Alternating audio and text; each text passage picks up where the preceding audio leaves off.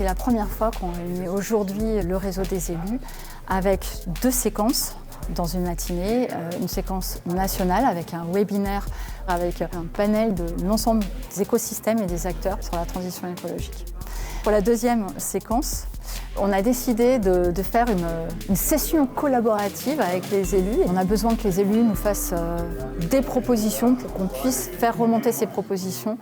Et l'objectif, c'est de les compiler et d'essayer de mettre en œuvre ces actions de simplification et d'accélération de la transition écologique sur les territoires. Je crois que dans chaque groupe, il y a un rapporteur qui a été identifié. Sur notre groupe, quelques idées sont ressorties, notamment comment se former à la transition écologique et comment plutôt aussi se spécialiser sur certains sujets. Après, il y a eu un problème soulevé d'annualisation des dossiers. Ça, c'est quelque chose qu'il faut simplifier très très rapidement, et si l'ADEME peut faire quelque chose. Un dossier déposé en 2023, cette année était acceptable en 2024, ce n'était pas le cas avant. Il faut le garder, ça. C'est-à-dire, on ne dépose pas des dossiers tous les ans. Autre sujet, le manque de sensibilisation. Quelquefois, on se sent un peu tout seul en tant qu'élu. Les citoyens, ils ont moyennement envie d'y aller. Comment on accompagne le changement auprès des habitants ?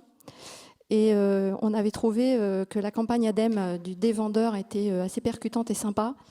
Le troisième point, c'est le nerf de la guerre, malheureusement, c'est l'argent.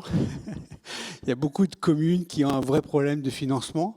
Ce qu'on a constaté, c'est que les tarifs des prestations de travaux ont doublé depuis le choc énergétique qu'on a connu en 2022. Et on se sent vraiment très petit en face des entreprises. Quand on fait un appel d'offres, on n'a pas beaucoup de choix. On est obligé d'accepter les tarifs qu'on nous propose. Merci. Aujourd'hui, vous avez pu rencontrer les référents territoriaux, donc déjà prise de contact. Sachez qu'on travaille avec les autres opérateurs de l'État, avec la NCT, avec la Banque des Territoires et le CEREMA qui ont aussi des dispositifs.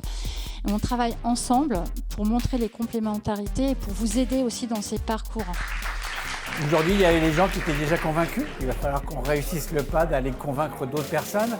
On doit vraiment bouger et chaque petit pas est un bon pas.